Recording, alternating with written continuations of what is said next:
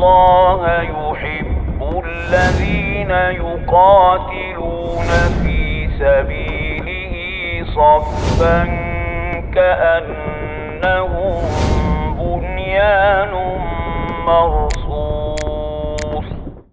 السلام علیکم ورحمۃ اللہ وبرکاتہ۔ میں ہوں محمد ارشاد صدیقی اور آپ دیکھ رہے ہیں حقائق کی تلاش۔ مسلمان دشمن کو دیکھ کر خواب غفلت میں نہ پڑے رہیں اور ایک مسلم ملک کو پٹتا ہوا دیکھ کر دوسرے مسلمان یہ نہ کہیں کہ ہماری باری نہیں آئے گی، بلکہ پہلے سے ہی دشمن کے مقابلے کے لیے تیاری شروع کر دیں۔ حضرت کعب سے روایت ہے، انہوں نے فرمایا جب تم دیکھو کہ پیلے جھنڈے اسکندریہ میں آ چکے ہیں، پھر وسط شام میں اتر آئیں، تو اس وقت دمشق کی بستیوں میں سے ایک بستی جس کا نام ہرستہ ہے دھنس جائے گی۔ ہرستہ دمشق سے قریب حمص کے راستے میں ہے، عراق پر قبضے کی پیشن گوئی۔ حضرت عبداللہ ابن عمرو رضی اللہ تعالیٰ عنہ سے روایت ہے کہ وہ وقت قریب ہے جب بنو قنطورہ یعنی اہل مغرب تمہیں عراق سے نکال دیں گے۔ راوی کہتے ہیں میں نے پوچھا کیا عراق سے نکلنے کے بعد پھر ہم دوبارہ عراق واپس آ سکیں گے؟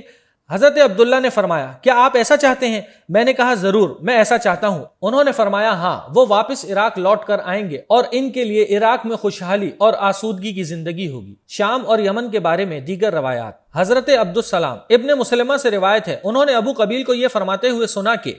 بنی مروان اور قضا اندرون شام میں کالے جھنڈوں کے نیچے جمع ہوں گے۔ حضرت کعب سے روایت ہے، انہوں نے فرمایا جب رومی جنگ عظیم ملاحم میں اہل شام سے جنگ کریں گے تو اللہ تعالیٰ دو لشکروں کے ذریعے ان اہل شام کی مدد فرمائے گا، ایک مرتبہ 70,000 سے اور دوسری مرتبہ 80,000 اہل یمن کے ذریعے، جو بند تلواریں یعنی بالکل پیک اسلحہ، اس سے مراد نیا اسلحہ ہے، لٹکائے ہوئے آئیں گے۔ وہ کہتے ہوں گے کہ ہم پکے سچے اللہ کے بندے ہیں، ہم اللہ کے دشمنوں سے قتال کرتے ہیں۔ اللہ تعالیٰ ان لوگوں سے تعاون اور ہر قسم کی تکلیف، بیماری وغیرہ اور تھکاوٹ کو اٹھا لیں گے، حتیٰ کہ شام سے زیادہ کوئی ملک ان بیماریوں سے محفوظ نہیں ہوگا، اور شام میں جو تکالیف اور تعاون ہوگا وہ شام کے علاوہ ملکوں میں بھی ہوگا، یعنی تعاون اور دیگر بیماریاں تمام جگہوں پر ہوں گی لیکن شام میں سب سے کم ہوں گی، اور مجاہدین کو تو اللہ بالکل ہی ان تمام آفتوں سے محفوظ فرمائے گا۔ اس روایت میں حضرت کعب رضی اللہ تعالیٰ عنہ نے فرمایا مغرب میں بھیڑ کی مدت حمل کے برابر ایک بادشاہ ہوگا جو اہل شام کے مقابلے کے لیے جہاز تیار کرے گا۔ چنانچہ جب وہ جہاز تیار کرے گا تو اللہ تعالیٰ ان کو تباہ کرنے کے لیے تیز ہوا کو بھیج دے گا، یہاں تک کہ اللہ ان جہازوں کو نکلنے کی اجازت دے دے گا تو وہ عکا اور نہر کے درمیان لنگر انداز ہوں گے، پھر ہر لشکر دوسرے کی مدد کرے گا۔ راوی کہتے ہیں کہ میں نے کعب رضی اللہ تعالیٰ عنہ سے پوچھا کہ وہ نہر کون سی ہے جہاں اہل مغرب آ کر لنگر انداز ہوں گے؟ انہوں نے فرمایا دریائے ارنت یعنی نہر حمص اور مہراقہ، اقرا اور مسیسہ کے درمیان کا علاقہ ہے۔ دریائے فرات پر جنگ۔ حضرت ابو ہریرہ رضی اللہ تعالیٰ عنہ سے روایت ہے کہ آپ صلی اللہ علیہ وسلم نے فرمایا ان قریب دریائے فرات سے سونے کا خزانہ نکلے گا، لہٰذا جو بھی اس وقت موجود ہو اس میں سے کچھ نہ لے۔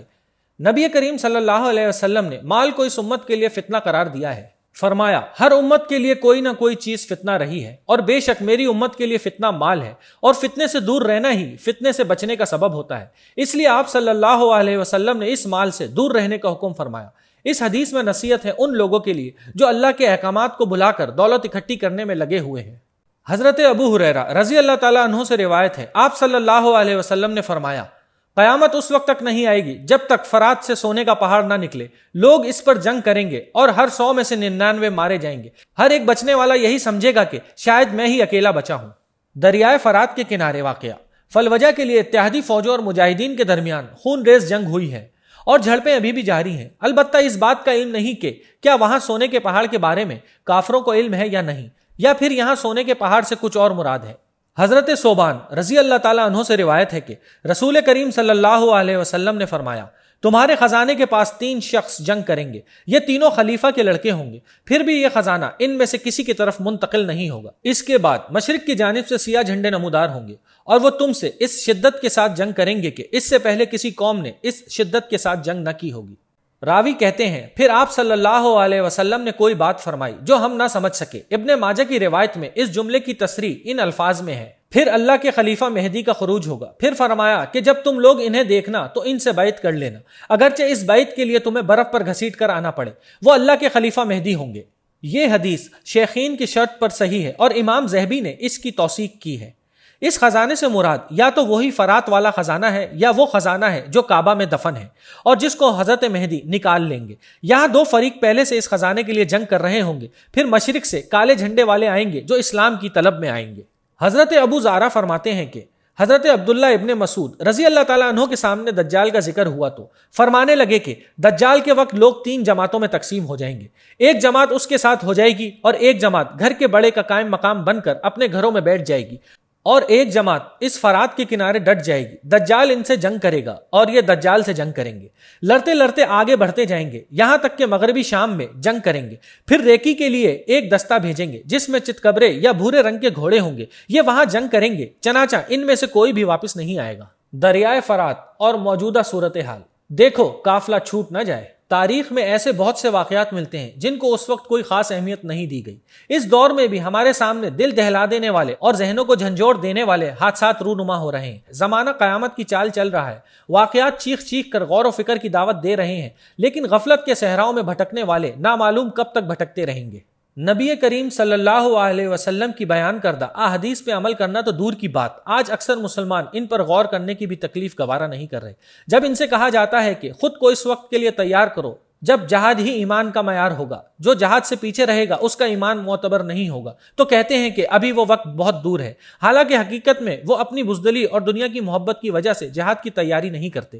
کیونکہ اگر وہ اپنے کہنے میں سچے ہوتے تو کچھ تو تیاری کرتے، نیز ان حالات میں تو غور و فکر کرتے جو اس وقت ان علاقوں میں رونما ہو رہے ہیں، جن کے بارے میں احادیث میں بہت کچھ بیان کیا گیا ہے۔ دریائے فرات کے بارے میں کافی احادیث آئی ہیں، ہونا تو یہ چاہیے تھا کہ جیسے ہی فرات کے کنارے فلوجہ میں جنگ شروع ہوئی تھی تو ایمان والوں کو فکر لاحق ہو جانی چاہیے تھی، لیکن لگتا یوں ہے کہ مسلمان بھی کفر کی آنکھ یعنی مغربی میڈیا سے واقعات کو دیکھتے ہیں۔ فرات کے کنارے فلوجہ میں گھمسان کی جنگ بھی لڑی گئی اور مشرق سے کالے جھنڈے والے بھی وہاں لڑ رہے ہیں اور اس انداز میں لڑ رہے ہیں کہ اس سے پہلے کوئی نہیں لڑا۔